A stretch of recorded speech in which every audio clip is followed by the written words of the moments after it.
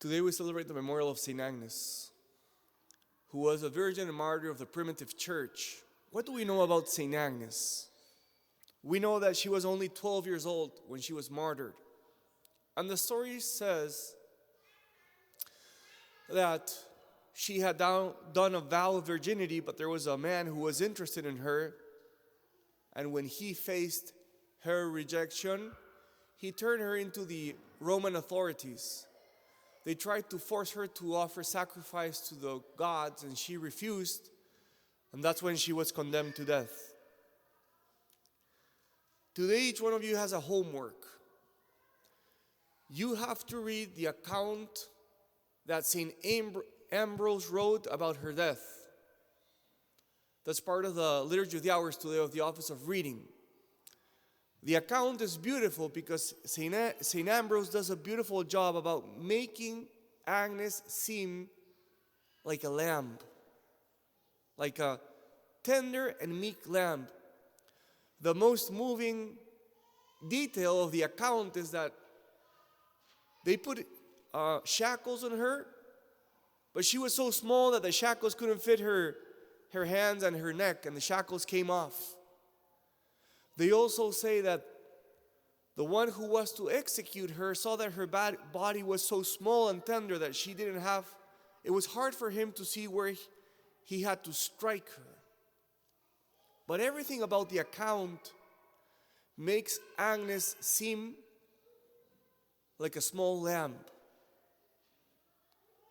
And the beauty is that the account reminds us of two things: that martyrs are meek like lambs. They let themselves be conducted by God's providence to their destiny in the same way that Jesus acted like a lamb in the Passion. But the account also reminds us that the martyrs have the strength that help them pursue what's right despite the consequences that they face. So in St. Agnes, we have that beautiful combination of meekness and docility, but strength to do God's will no matter the consequences. Let me finish with this. David and Goliath are a beautiful example of Agnes and the Roman Empire. In the story of David and Goliath, David defeats Goliath with violence. But what we see in the testimony of the martyrs is that they defeat the great Roman Empire with meekness. Because violence only feeds more violence. But meekness truly defeats violence. So today, brothers and sisters, let us finish with this question.